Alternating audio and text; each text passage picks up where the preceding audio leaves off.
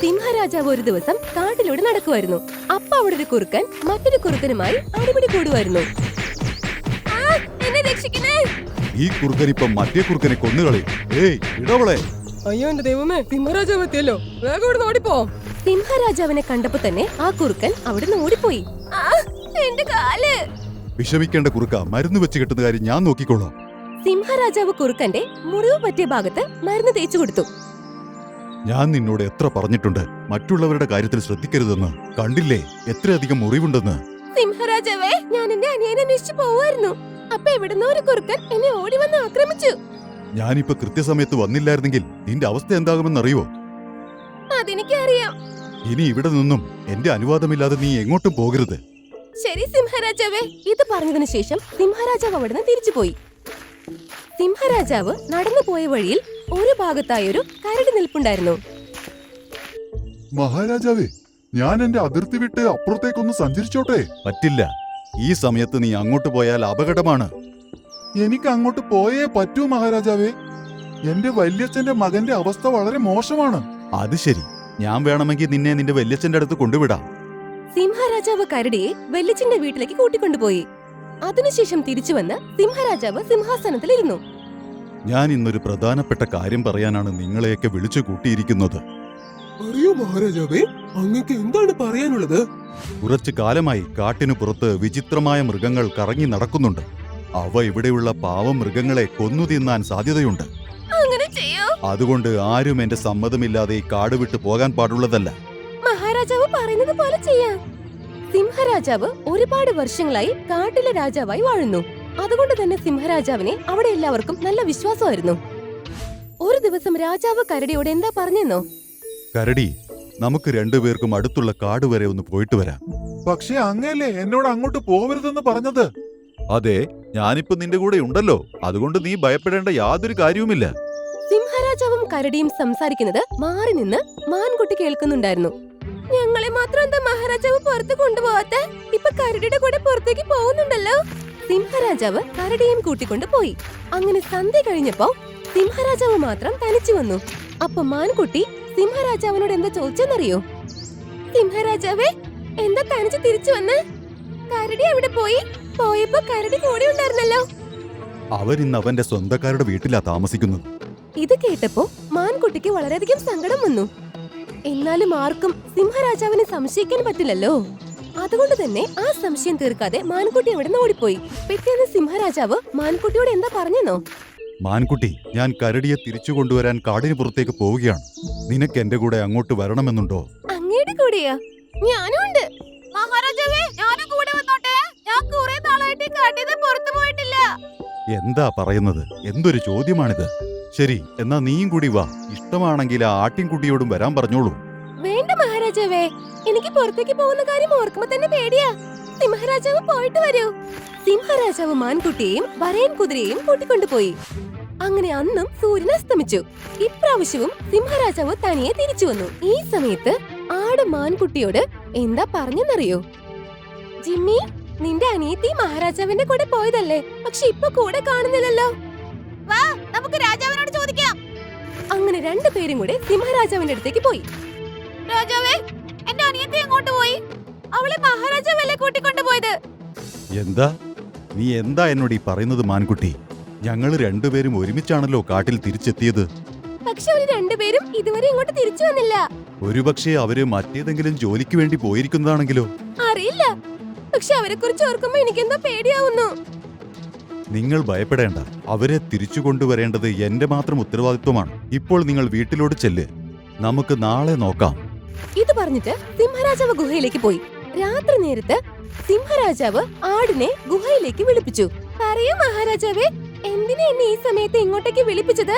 നീ ചോദിച്ചിരുന്നില്ലേ അവര് രണ്ടുപേരും എന്താ തിരിച്ചു വരാത്തതെന്ന്? അതെ. അതെന്താന്നറിയോ? അവർക്ക് രണ്ടുപേർക്കും വലിയൊരു നിധി കിട്ടിയിട്ടുണ്ട്. നിധിയോ? അതെ, നീ എന്റെ കൂടെ വരുവാണെങ്കിൽ അതിലൊരു പങ്ക് ഞാൻ നിനക്കും തരാം. നീ എന്റെ കൂടെ വരുന്നോ? നിധിയുടെ കാര്യം കേട്ടതിനു ശേഷം സിംഹരാജാവിന്റെ പുറകെ ആടും പോയി. അങ്ങനെ എപ്പോഴത്തേക്കും പോലെ സിംഹരാജാവ് കാട്ടിലേക്ക് തിരിച്ചു വന്നു. അങ്ങനെ ഇതേ സംഭവം ഒരുപാട് നാളായി തുടർന്നുകൊണ്ടേയിരുന്നു. പിന്നെ മറ്റൊരു ദിവസം സിംഹരാജാവ് രണ്ട് മൃഗങ്ങളെയും കൂട്ടിക്കൊണ്ടു പോയി. അന്നും തിരികെ വന്നപ്പോ സിംഹരാജാവ് തനിച്ചായിരുന്നു. ഒരു ദിവസം രാവിലെ, ഇന്നലെ രാത്രി മുതല് എന്റെ ഭാര്യയെ കാണുന്നില്ല. അവൾ എങ്ങോട്ട് പോയെന്ന് അറിയില്ല. എന്താ നിന്റെ ഭാര്യയെ കാണുന്നില്ലെന്നോ? ഒരുപാട് നാളായിട്ട് എന്റെ ഭാര്യ എങ്ങോട്ട് പോയെന്ന് അറിയില്ല. ഒന്നും മനസ്സിലാവുന്നില്ല. എനിക്ക് എന്താ ചെയ്യേണ്ടതെന്ന് പോലും അറിയില്ല. അങ്ങനെ ഒരുപാട് നാളായി നമ്മുടെ ഈ കാടിനുള്ളിൽ ഒരുപാട് മൃഗങ്ങളെ കാണാതെ പോകുന്നുണ്ട്. എന്താ ചെയ്യാ?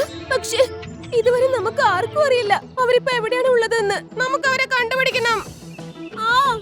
എത്രയും വേഗം എന്തെങ്കിലും ചെയ്യണം. ഇല്ലെങ്കിൽ കാട്ടിലുള്ള എല്ലാ മൃഗങ്ങളെയും ഇതുപോലെ കാണാതെ പോകും. നമ്മളിപ്പോ എന്താ ചെയ്യാ? നമുക്ക് ഇപ്പൊ തന്നെ ഈ കാര്യങ്ങൾ മഹാരാജാവിനെ അറിയിച്ചേ പറ്റൂ.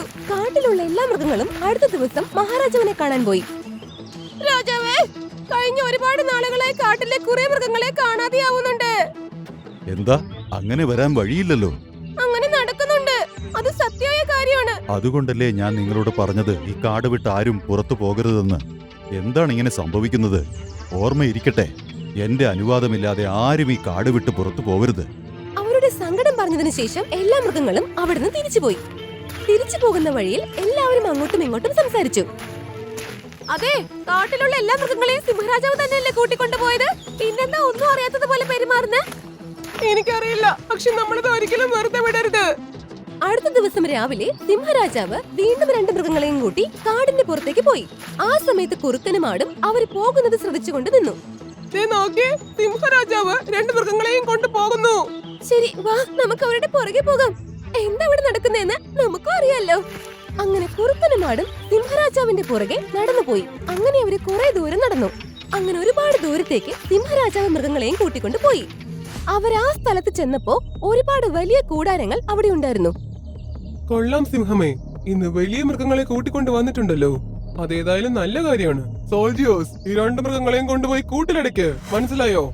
ആ വേട്ടക്കാർ സിംഹത്തിന്റെ കൂടെ വന്ന ആ രണ്ട് മൃഗങ്ങളെയും പിടിച്ച് കൂട്ടിലടച്ചു. അപ്പോ ഇതിനു വേണ്ടിയായിരുന്നു സിംഹരാജാവ് അവരെ കൂട്ടിക്കൊണ്ടു പോയത്.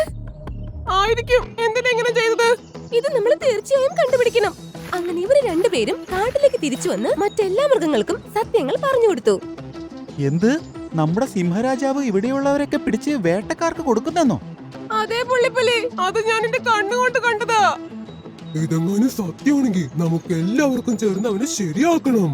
വേണ്ട, ഇന്ന് രാത്രി അവന്റെ പദ്ധതി എന്താണെന്ന് നമുക്ക് എല്ലാവർക്കും പോയി നോക്കിയിട്ട് വരാം. അതാ നല്ലത്.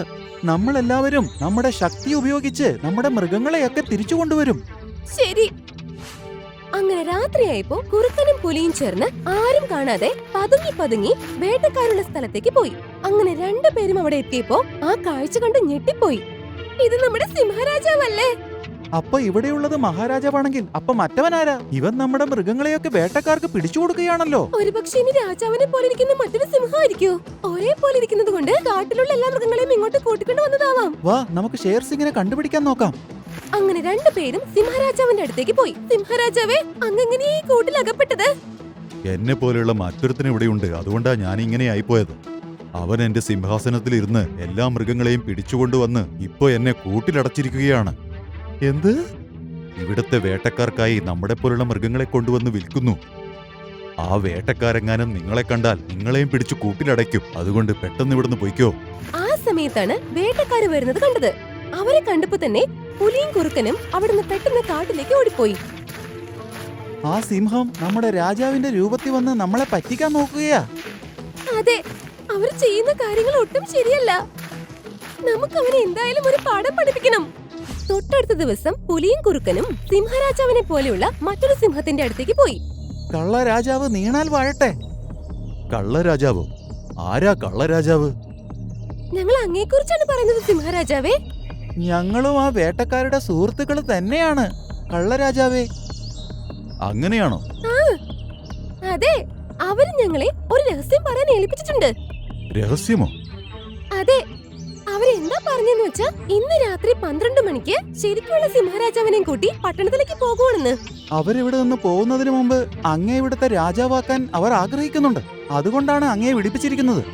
അവരെന്നെ ഇവിടുത്തെ രാജാവാക്കാമെന്ന് നിങ്ങളോട് പറഞ്ഞു. ഇത് വളരെ നല്ല കാര്യമാണല്ലോ. അങ്ങനെയാണെങ്കിൽ ഇന്ന് രാത്രി 12 മണിക്ക് രാജാവാകാൻ തയ്യാറായിക്കോ? ഞങ്ങളും അങ്ങയുടെ കൂടെ വരാം. അങ്ങനെ രാത്രി 12 മണിക്ക് കുറുക്കനും പുലിയും ചേർന്ന് സിംഹരാജാവുമൊത്ത് വേട്ടക്കാരുടെ അടുത്തേക്ക് പോയി. ശരി, അപ്പൊ എല്ലാവരും ചേർന്ന് ശരിക്കുള്ള സിംഹരാജാവിനെ നന്നായി വണങ്ങിക്കോളും. അതിനുശേഷം നമുക്ക് വേട്ടക്കാരെ കാണാം. നീ പറഞ്ഞത് ശരിയാണ്. ശരിക്കുമുള്ള സിംഹരാജാവിനെ നമുക്കിനി ഏതെങ്കിലും സർക്കസ് കൂടാരത്തിൽ വെച്ച് കാണാം. അപ്പോഴേക്കും ഞാനിവിടുത്തെ രാജാവാവും. അങ്ങനെ 3 പേരും ചേർന്ന് സിംഹരാജാവിന്റെ അടുത്തേക്ക് എത്തി. സിംഹരാജാവേ, ഇന്ന് നിങ്ങളെ പട്ടണത്തിലേക്ക് കൊണ്ടുപോയി സർക്കസ് കമ്പനിക്ക് വിൽക്കാൻ പോകുന്നു.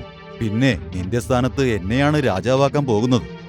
നിന്നെക്കാളും നന്നായിട്ട് രാജ്യം ഭരിക്കാൻ ഞങ്ങളുടെ രാജാവിന് തന്നെയാണ് സാധിക്കുന്നത്. അത് നിനക്കറിയാവോ? പോകും മുൻപ് നിനക്ക് അവസാനമായിട്ട് ആഗ്രഹം എന്തെങ്കിലും ഉണ്ടെങ്കിൽ പറയൂ. ഞങ്ങളുടെ മഹാരാജാവ് നിന്റെ അവസാനത്തെ ആഗ്രഹം എന്തായാലും നടപ്പിലാക്കി തരും. ഞാൻ നിങ്ങളുടെ രാജാവിനെ കെട്ടിപ്പിടിച്ച് ആദരിക്കാൻ വളരെയധികം ആഗ്രഹിക്കുന്നു. ഇതെന്തായാലും നല്ലൊരു കാര്യമാണ്. നീ എന്നാ പോയി ആ പൂട്ട് തുറന്നുവിട്. സിംഹരാജാവ് മഹാരാജാവിനെ കെട്ടിപ്പിടിക്കാൻ ആഗ്രഹിക്കുന്നു. ഉടൻ തന്നെ പുലി കൂട് തുറന്നു കൊടുത്തു. അങ്ങനെ കള്ളരാജാവ് ശരിക്കുമുള്ള സിംഹരാജാവിന്റെ അടുത്തേക്ക് പോയപ്പോ പുലി പുറകെ നിന്നൊരു തള്ളു വെച്ചു കൊടുത്ത് ആ കൂട്ടിലേക്ക് അതിനെ ആക്കി ആ കൂടടച്ച് പൂട്ടി. എന്തിനാണ് എന്നെ കൂട്ടിലാക്കിയത്? വേഗം തുറന്നുവിടൂ എന്നെ. നീ എന്താ വിചാരിച്ചേ? ഞങ്ങളെല്ലാവരും വേട്ടക്കാരുടെ കൂടെയുള്ളവരാണെന്നോ? ഇല്ല, ഞങ്ങൾ ശരിക്കുള്ള രാജാവിന്റെ കൂടെയുള്ളവരാണ്.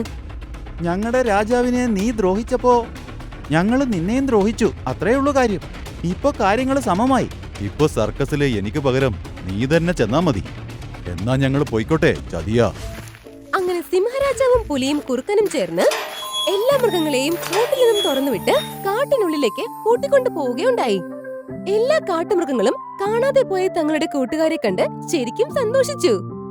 ആ സമയത്ത് സിംഹരാജാവ് തന്നെ പോലിരിക്കുന്ന മറ്റൊരു സിംഹത്തെക്കുറിച്ച് എല്ലാ കാര്യങ്ങളും പറഞ്ഞുകൊടുത്തു. അങ്ങനെ രാജാവിനെ രക്ഷിച്ച പുലിയെയും കുറുക്കനെയും കാട്ടിലെ മന്ത്രിമാരായി നിയമിച്ചു. അങ്ങനെ എല്ലാവരും ആ കാട്ടിനുള്ളിൽ സന്തോഷമായിട്ട് ജീവിച്ചു. നിങ്ങൾക്ക് ഞങ്ങളുടെ ഈ വീഡിയോ ഇഷ്ടമായെങ്കിൽ ദയവായി ഞങ്ങളുടെ ചാനൽ സബ്സ്ക്രൈബ് ചെയ്യുക. പിന്നെ ഈ വീഡിയോ ലൈക്കും ഷെയറും ചെയ്യാൻ മറക്കരുത്. നന്ദി, നമസ്കാരം.